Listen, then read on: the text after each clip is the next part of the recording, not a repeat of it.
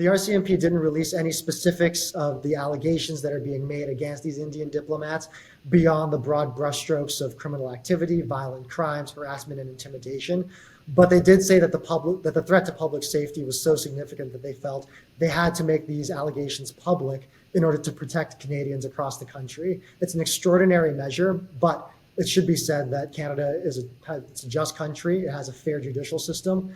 These diplomats will have their day in court and an opportunity to plead not guilty or guilty and defend themselves from the accusations. India vehemently denies the allegations. They claim that the Trudeau government is politically motivated in making allegations against these Indian diplomats, and they claim that Canada actually hasn't presented any specific evidence related to the nature of these crimes, although Canadian diplomats argue that they have actually presented this evidence to the government of India and been completely rebuffed and rejected in these advances. So two different narratives being put out by the feuding governments. It's unclear, and we're not going to know as a public until the indictments are actually unsealed what evidence the RCMP is working with. One thing that we do know from unsealed indictments is that the United States has been cooperating with Canadian investigators and intelligence agencies. The U.S. is dealing with their own case of an Indian national with alleged ties to the government in New Delhi, who tried to solicit a would-be murder for hire of a Sikh cleric in New York City.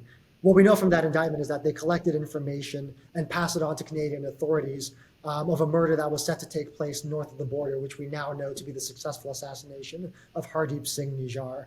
The Canadian authorities on Monday also revealed that the FBI has been cooperating with them in their investigation and sharing information. While Canada and India undergo this diplomatic dispute, it's going to be really hard for both countries to cooperate in the international arena. Canada hosts the G7 summit next year. India has been invited to G7 summits since 2019.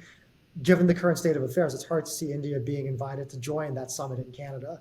On the flip side, India is a big player in a lot of the Indo-Pacific institutions that have come up over the past few years.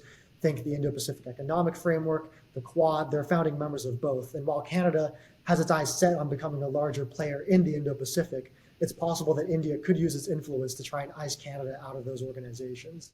It's possible that India is trying to wait out the Trudeau government and wait for a new government to come in and hopefully reset the bilateral relationship. But public opinion about this issue seems to be such that it would be difficult for any new government to reset the bilateral agenda, pull back the investigations, and try a fresh start with India, overlooking everything that's happened over the past year.